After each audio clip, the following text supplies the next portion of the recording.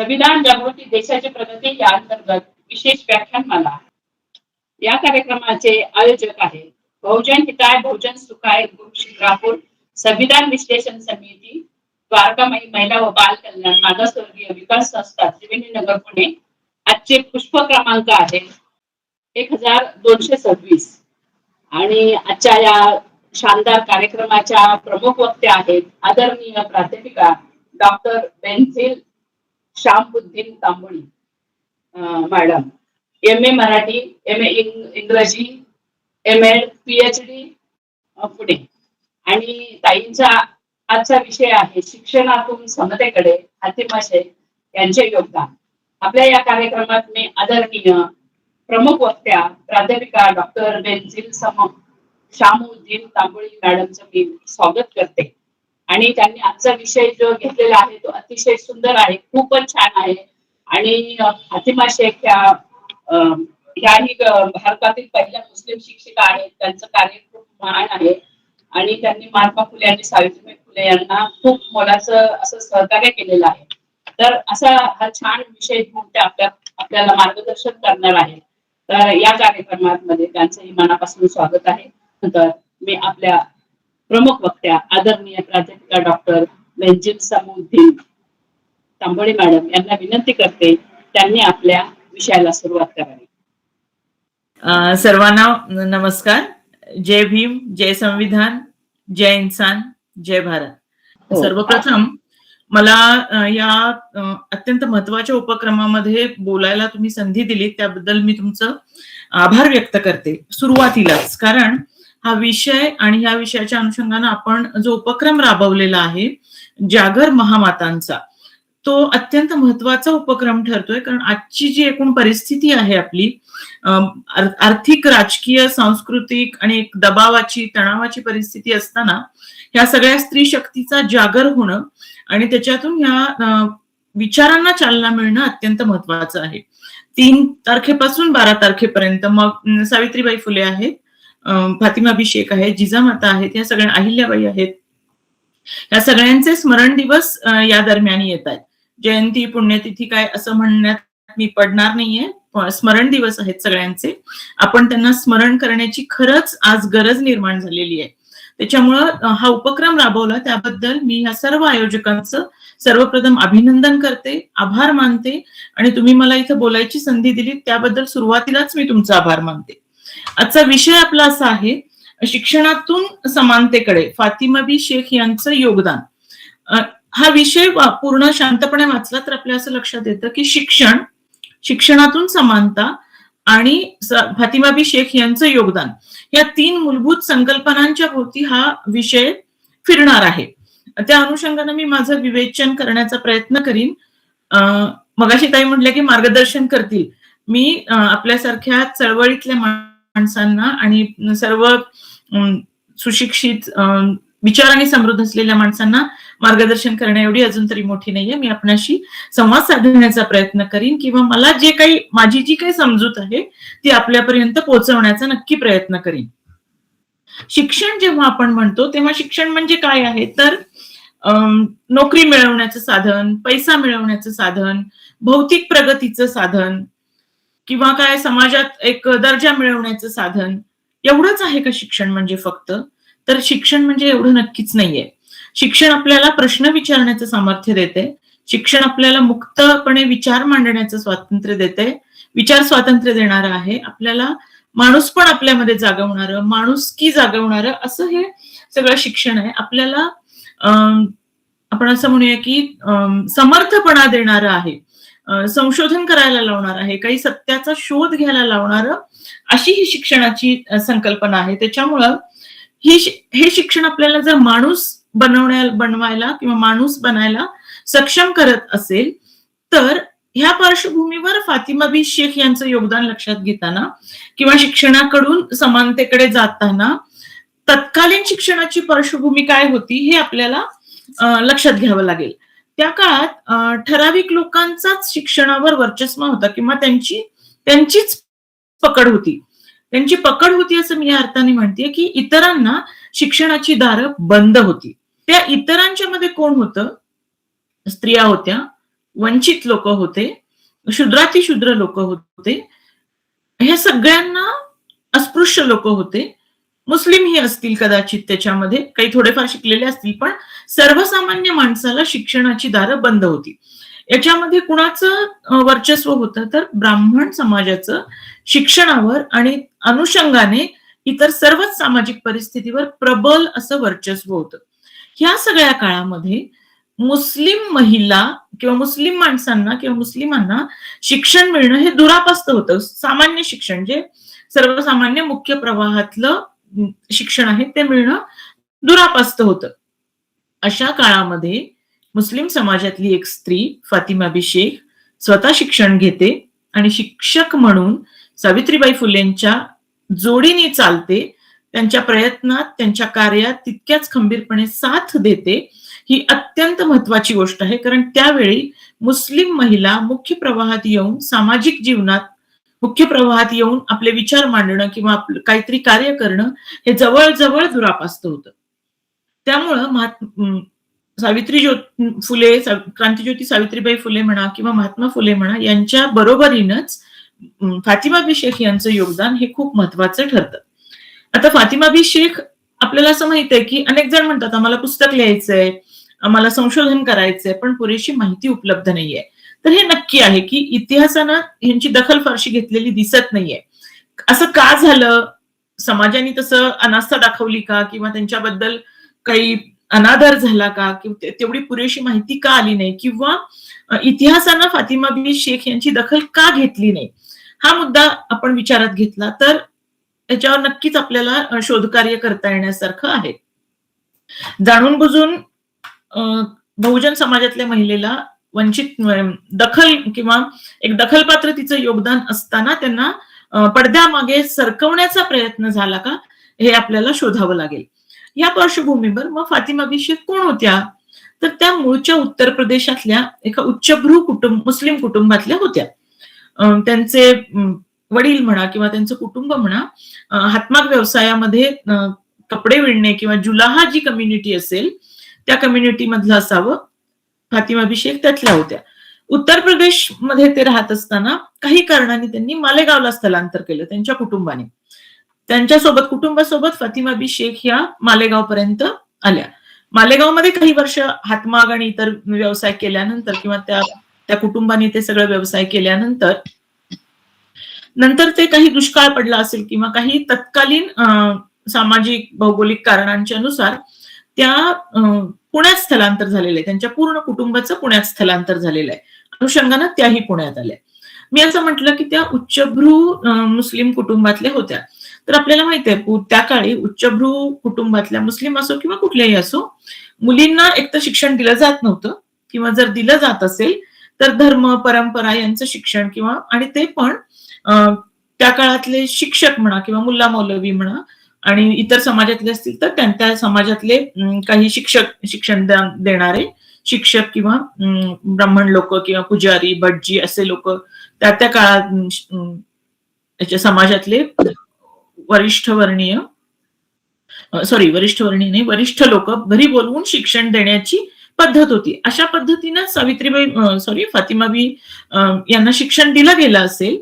त्यांना अरबी, उर्दू, नमाज कसं पडायचं, कुराण कसं वाचायचं याचं शिक्षण किंवा काही कुटुंबातल्या रीतीभाती, परंपरा यांचं शिक्षण त्यांना त्यावेळी घरी दिलं गेलं असेल मुल्ला मौलवी बोलवून, किंवा त्यातल्याच कुटुंबातल्या किंवा समाजातल्या काही वयस्कर स्त्रिया त्या अशा पद्धतीचं शिक्षण देत असत. तर त्यावेळेस त्यांनी तसं घरच्या घरी ते शिक्षण दिलेलं असणार आहे.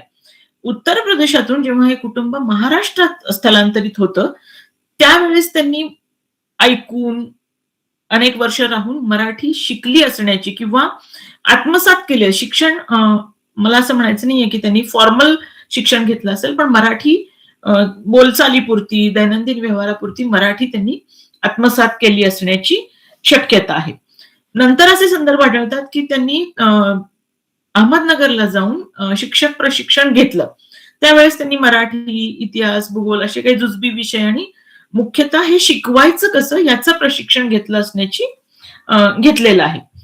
एकूण ह्या सगळ्या त्यांच्या वाटचालीवरून असं वाटतं की ह्या सावित्रीबाई फुलेंना साथ देणाऱ्या त्यांच्या फक्त सहकारी, मैत्रीण, सहशिक्षिका अशा नव्हत्या, तर त्या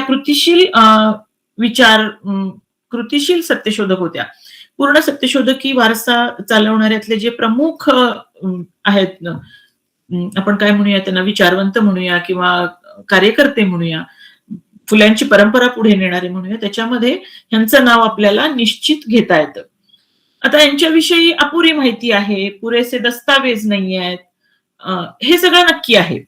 त्यांचे जे भाऊ होते उस्मान शेख, त्यांच्याबद्दल ही फारशी माहिती अवेलेबल नाहीये, किंवा उस्मान शेख आणि फातिमा बी शेख यांच्या पालकांचं निधन झाल्यानंतर त्यांच्याकडे जे मुन्शी होते, गफूर बेग मुन्शी, त्यांच्या कुटुंबाचे ते मुन्शी होते त्यांच्या व्यवसायातले, त्यांनी नंतर पालकत्वाची भूमिका ह्या 2 मुलांसाठी निभावलेली आहे. पण त्यांनाही याच्यामध्ये त्या दोघांची फारशी दखल घेतलेली दिसत नाही आपल्याला कुठे, पुरेशी माहिती अवेलेबल नाहीये.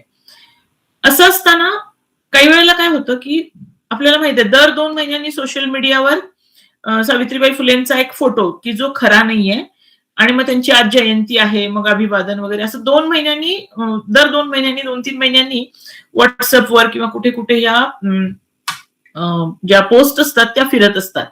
ह्याच्यातून असंदिग्धता तयार होते किंवा एक प्रकारचं कन्फ्युजन तयार होतं, आणि शेवटी त्यांच्या अस्तित्वावरच प्रश्न उभे केले जात आहेत की ह्या होत्या की नव्हत्या, एक काल्पनिकच पात्र आहे, ह्या खऱ्याच नव्हत्या. मग अशी जी वदंता पसरवणारे किंवा अफवा पसरवणारे किंवा इतिहासात भरीव महिलांच्या प्रगतीत, आज मी जी इथे व्याख्यान देतेय किंवा आज इथे ज्या काही महिला जोडल्या गेलेल्या आहेत किंवा बाकीचे सगळेजण जोडले गेलेले आहेत, त्या प्रवासामध्ये एक महत्वाचं योगदान देणाऱ्या फातिमा बी शेख यांचं अस्तित्वच नाकारण्याचा प्रयत्न जो केला जातो, मग हे करणारे कोण आहेत, त्याच्या मागची विचारसरणी काय आहे, किंवा का हा जाणून बुजून प्रयत्न केला जातो, हेही आपल्याला नक्की लक्षात घ्यावं लागेल. कधी कधी काय होतं, उस्मान शेख त्यांचे पती होते किंवा त्यांचे भाऊ होते, नक्की कोण होतं, अशा प्रकारेही कुजबुज मीडिया सेलमध्ये पसरवल्या जातात अफवा. आणि मग एका शिक्षिकेचं, एका कठीण काळात शिक्षणाचं काम केलेल्या महिलेच्या चारित्र्यावर जेव्हा शंका घेतली जाते, तेव्हा हे आपल्या शाहू फुले आंबेडकरांची परंपरा सांगणाऱ्या महाराष्ट्रात किंवा आपल्या अखंड वैभवशाली सामाजिक परंपरा असणाऱ्या, सुधारणेची परंपरा असणाऱ्या भारतामध्ये हे आपण कसं ऍक्सेप्ट करतो किंवा हे आपण ऍक्सेप्ट नाही करायला पाहिजे. आणि त्यामुळे आपली स्वतःची जी जबाबदारी आहे, आपण एक संविधानवादी कार्यकर्ते आहोत, सुधारणावादी कार्यकर्ते आहोत, तेव्हा ह्या सगळ्याचं खंडन करण्याची आपली जबाबदारी ठरते. त्या फातिमा बी शेख यांचं जेव्हा आपण चरित्र बघायला घेतो तेव्हा, किंवा त्यांच्याविषयीची माहिती वाचायला घेतो तेव्हा आपल्याला त्या घटस्फोटिता होत्या, त्या म्हणजे तलाक पीडित होत्या, त्यांचं लग्न झालं होतं, त्या कुमारिका होत्या, त्या विधवा होत्या किंवा त्या परित्यक्ता होत्या, याबाबत कोणतीही ठोस माहिती मिळत नाही. फातिमा बी शेख होत्या, त्या उस्मान शेख यांच्या बहीण होत्या, आणि त्यांनी सावित्रीबाई फुलेंच्या जोडीने महात्मा फुलेंच्या मार्गदर्शनाखाली मुलींच्या शिक्षणासाठी कार्य केलं, एवढी निश्चित माहिती अवेलेबल आहे. आणि तेवढी माहिती आपल्याला त्यांचं शैक्षणिक कार्य, त्यांचं सत्यशोधकी परंपरेतलं कार्य विचारात घेण्यासाठी पुरेशी आहे. त्या कुमारिका होत्या का विधवा होत्या वगैरे वगैरे ह्या बाबींचा त्यांच्या कार्याशी तसा संबंध येत नाही, कारण त्यांनी केलेलं कार्य मूलभूत आहे. त्या काळात जेव्हा महिलेला शिक्षणाची दारं बंद होती, क्षुद्रांना शिक्षणाच्या किंवा शाळेच्या उंबरठ्यावरच रोखलं जात होतं, आत पाऊल टाकायची मुभा नव्हती किंवा तशी सामाजिक तजवीज नव्हती त्या काळात. त्या काळामध्ये सावित्रीबाई फुलेंच्या सोबतीनं फातिमा बी शेख यांनी घरोघरी जाऊन मुलींना शिकायला पाठवा, मुलींचं शिक्षण किती महत्वाचं आहे असं प्रत्येकाच्या घरी जाऊन मुलींना शाळेत आणण्याचे प्रयत्न केलेले आहेत. मग त्यामध्ये त्यांनी हिंदू, मुस्लिम, वंचित गटातले, सगळ्या सामाजिक आर्थिक गटातल्या प्रत्येकाची दारं ठोठावलेली आहेत.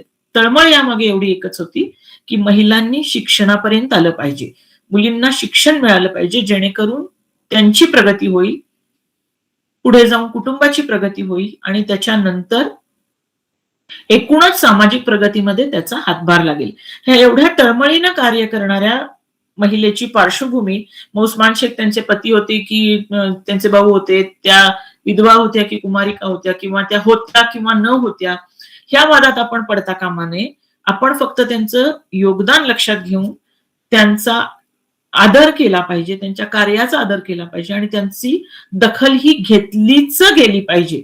त्यांना त्यांच्या अस्तित्वाभोवती संदिग्धता निर्माण करून किंवा एक प्रकारचं अनावश्यक दुविधेचं वलय निर्माण करून त्यांचं अस्तित्व टाळता आपल्याला येणार नाहीये, हे नक्की. गुगल नी सुद्धा ह्या सगळ्या गोष्टी लक्षात घेऊन 9 जानेवारी हा त्यांचा स्मरण दिवस करावा असं ठरवलं. तशी त्याला मान्यताही मिळालेली आहे आणि त्यांनी एक गुगल डुडल मधून एक फोटो प्रसारित करून सगळ्या संदर्भ जे काही आहेत ते लक्षात घेऊन एक फोटो प्रसारित करून त्या फोटोला आणि 9 जानेवारी फातिमा बी शेख यांचा स्मरण दिवस म्हणून त्याला मान्यताही त्यांनी दिलेली आहे. आता हे सगळं असताना जेव्हा सावित्रीबाई फुले मुलींच्या शिक्षणासाठी बाहेर पडत होत्या, तो सुमारे 200 वर्षापूर्वीचा काळ होता. त्याच काळात फातिमा बी शेख यांचं योगदान आहे. तर जेव्हा सावित्रीबाईंच्या अंगावर, क्रांतीज्योती सावित्रीबाईंच्या अंगावर शेण आणि चिखलफेक होत होती, शेणाचे गोळे टाकले जात होते, तेव्हा पावलोपावली सोबत असणाऱ्या फातिमा त्याच्यापासून नक्कीच वाचल्या नसणार आहेत.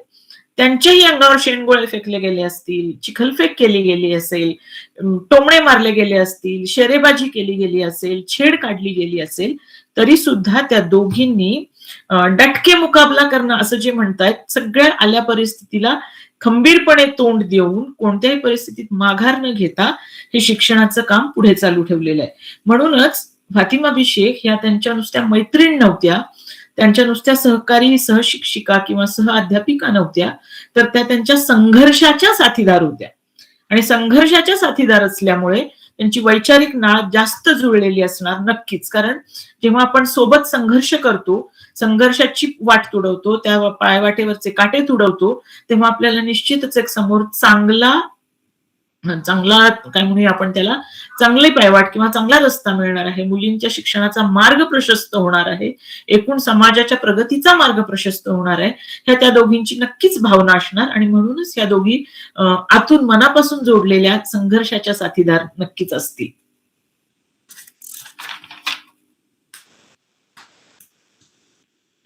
दुसरंही असं आपल्याला म्हणता येतं की ह्या दोघी फक्त एक सहकारी शिक्षिका नव्हत्या, तर त्या तत्कालीन परिस्थितीमध्ये भगिनी भावाचं प्रतीक होत्या, जे आज आपल्याला थोडंसं सापडायला कठीण जातंय. कारण तुझं माझं करणं किंवा हा त्या समाजातला, तो त्या समाजातला, ही स्त्री, हा पुरुष, हा वरच्या वर्गातला, ह्याची आर्थिक परिस्थिती अशी, त्याची आर्थिक परिस्थिती तशी, हे सगळं आज आपल्याला खूप प्रकर्षानं जाणवतंय. ह्या सगळ्या जाणीवा बोचऱ्या आणि टोकदार व्हायला लागल्यात आजकाल आपल्या, किंवा केल्या जात आहेत त्या जाणून बुजून.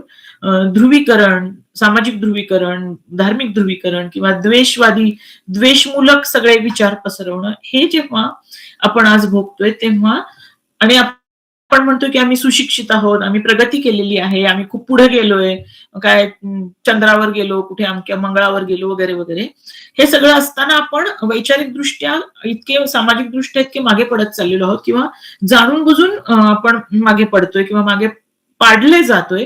असं असताना त्यावेळेचा समाज तेवढा प्रगतिशील नव्हता, तरी सुद्धा या दोघींनी हातात हात घालून आपल्या सोबत सगळ्यांना घेऊन शिक्षणाची द्वार सगळ्यांसाठी खुली करण्यासाठी स्वतःही कष्ट भोगले, पण प्रयत्न मात्र सोडले नाहीत. त्याच्यामुळं तो जो भगिनी भाव आहे तो आज आपण त्याला नमन केलं पाहिजे, आणि तो आदर्श ठेवून आज आपण आपल्या समाजात जे काही शक्य आहे ते करता आलं तर मग फातिमा बी शेख यांचं योगदान जे आहे ते आपल्याला नक्की कळालंय, किंवा सावित्रीबाईंचा संघर्ष कळालाय, महात्मा फुलेंची तळमळ कळालीये असं आपल्याला नक्की म्हणता येईल. सावित्रीबाई फुलेंच्या सोबत जाऊन फातिमा बी शेख यांनी अहमदनगरच्या मिशनरी शाळेमध्ये हे घेतलेलं आहे, शिक्षक प्रशिक्षण घेतलेलं आहे. त्या दृष्टीनं त्या एकतर पहिल्या मुस्लिम महिला शिक्षिका ठरल्या, किंवा आहेत असं आपण म्हणूया. त्या पहिल्या शिक्षक प्रशिक्षण घेतलेल्या पहिल्या मुस्लिम महिला ठरल्या किंवा आहेत असं म्हणूया. आणि त्याचबरोबर त्या पहिल्या महिला मुस्लिम मुख्याध्यापिकाही आहेत असं आपल्याला म्हणावं लागेल. याचा संदर्भ थोडासा मागे जातो. मी असं म्हणते याचं कारण असं आहे की जेव्हा सावित्रीबाईंनी महात्मा फुलेंना एक पत्र लिहिलेलं आहे 1856 मध्ये, तेव्हा ते असं म्हणतायत की माझी तब्येत बरी झाली की मी त्वरित पुण्याला परत येते, माझी काळजी करू नका. पण फातिमावर ताण पडत असेल, पण ती याबाबत कुरबुर करणार नाही. म्हणजे सावित्रीबाईंनी शाळा चालू केलेली आहे. त्या शाळेत मुख्याध्यापिका म्हणून काम करतायत. प्रकृतीच्या कारणास्तव त्या पुण्यातून बाहेर आहेत.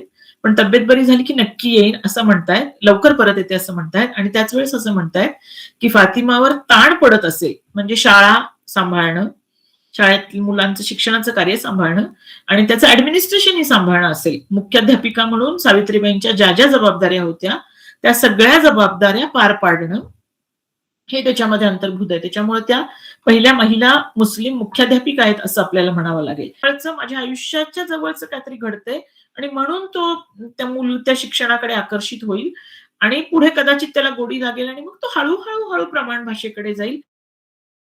एवढं मात्र आपल्याला नक्की बघावं लागणार आहे. त्याच्यामुळे ह्या एनईपीचा सुद्धा एनईपीतल्या काही मुद्द्यांचा सुद्धा परत विचार करावा लागणार आहे. शेवटाकडेच येते मी. थोडेच मुद्दे राहिलेत माझे.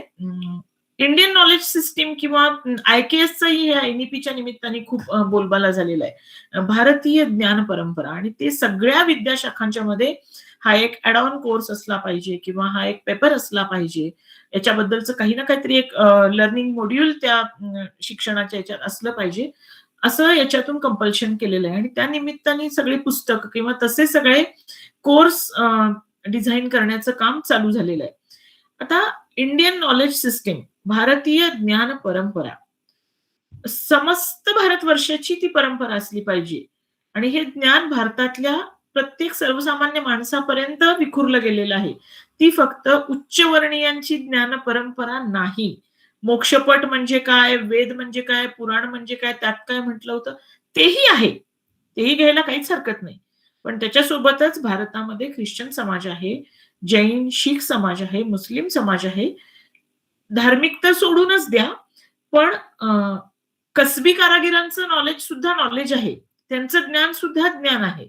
अलुतेदार, बलुतेदार ह्या सिस्टीम मध्ये सुद्धा भरपूर ज्ञान पडलेलं आहे. ते सुद्धा या भारतीय ज्ञान परंपरेमध्ये समाविष्ट झालं पाहिजे, जे की पद्धतशीरपणे बाजूला ठेवण्यात येते. त्याच्यामुळं भारतीय ज्ञान परंपरेवरचे कोर्सेस जेव्हा युनिव्हर्सिटी लेव्हलला किंवा महाविद्यालयीन लेव्हलला आणि हळूहळू ते शाळेपर्यंत पण येतील, तर त्यावेळेस मग एवढ्याच लोकांच्याकडे ज्ञान आहे का? म्हणजे आपण पुन्हा कुठे चाललोय? पुरोगामी होतोय की प्रतिगामी होतोय? पुन्हा जुन्या काळातच नेऊन बसवणार आहेत का आपल्याला? सारीपाट कसा खेळायचा वगैरे सगळं ठीक आहे. त्याच्यासोबतच सुतारकाम कसं करायचं किंवा लोहाराचा भाता कसा चालवायचा हे सुद्धा कळलं पाहिजे आणि पैठणी जितकी कलाकुसरीने किंवा छानपणे विणली जाते तितकाच एखादा बुरुड त्या वेताच्या पट्ट्या काढून एक छान टोपली तयार करतो, एक सूप तयार करतो. हे सुद्धा भारतीय ज्ञान परंपरेतलंच ज्ञान आहे. अरविंद म्हस्के सरांनी बहुतेक हँड रेज केलाय. मी नंतर त्यांना प्रश्न विचारते का सर तुम्हाला आत्ताच बोलायचंय? नाही ताई, बोला. ओके, ठीक आहे. तर मी असं म्हणत होते, की एखाद्या बुरुडाची सुद्धा नक्षीदार टोपली तेवढीच देखणी असते, जेवढी की पैठणी असते आणि तेवढाच एखादा छान मंत्रपठण करत असतो.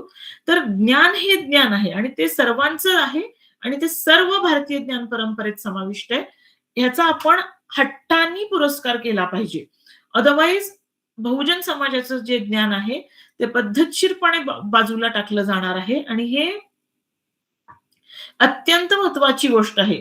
आपण जोपर्यंत ह्याच्यावर बोलणार नाही, तोपर्यंत हा विचार परिघात घेतला जाणार नाही. आपल्याला पद्धतशीरपणे परिघाबाहेर ठेवण्याचा प्रयत्न केला जाणार आहे. एक 2-3 दिवसापूर्वीची बातमी होती, की महाराष्ट्रातल्या 2000 मराठी शाळा बंद पडणार आहेत. शिक्षकांच्या अभावी, विद्यार्थ्यांच्या पटसंख्येअभावी किंवा पुरेशा फंडिंग अभावी जे ग्रँट दिली जाते, अनुदान दिलं जातं. कारण काही असू दे, पण मराठीला अभिजात भाषेचा दर्जा मिळालेला असताना 2000 महाराष्ट्रातल्या मराठी शाळा बंद होणार आहेत. म्हणजे किती मुलं शिक्षणाच्या मराठी शाळेतून बाहेर पडणार आहेत, ज्यांना इंग्लिश मीडियम मध्ये जाऊन शिक्षण घेणं शक्य नाहीये. असा एक पिढी पूर्णतः बाजूला टाकली जाण्याची शक्यता आहे याच्यातून. आणि कारण काय आहे तर फंडिंग कमी आहे. हा खर्च आम्ही उचलू शकत नाहीये. सरकारने हात वर केलेले आहेत आणि म्हणून या शाळा बंद पडणार आहेत. मग आपलं फंडिंग कुठं जाते? तर कुंभमेळ्यामध्ये साधुग्राम बांधण्यामध्ये जाते. जे साधू सर्वसंग परित्याग केलेले आहेत, ज्यांना निसर्गामध्ये राहायची सवय आहे. त्यांच्यासाठी झाडं तोडून साधुग्राम बनवायला कोट्यावधी करोडो पैसे आहेत. इस्तिमा असेल, सत्संग असेल, परिपाठ असेल किंवा सप्ताह असतील, ह्याच्यावर देणग्यांची खैरात होते. धार्मिक ध्रुवीकरण जाणून-बुजून वाढवलं जातं. पण माझ्या शाळेतलं, माझ्या राज्यातलं, माझ्या गावातलं मूल शिकत नाहीये, कारण त्याला शिकायला शाळा नाहीये, शाळा बंद होते. ह्याच्यावर कुणी साधू-संत, कोणी धार्मिक नेतृत्व, कुणीही काढत नाही. ही आपली आजची अत्यंत मोठी शोकांतिका आहे. सरकारही त्याच्यावर काही बोलत नाही, कारण त्यांना त्याचं काही पडलेलं नाहीये. त्यांना फक्त एक वन पॉइंट अजेंडा राबवायचा आहे. धार्मिक ध्रुवीकरण करा, समाज फोडा आणि आपण राज्य करा.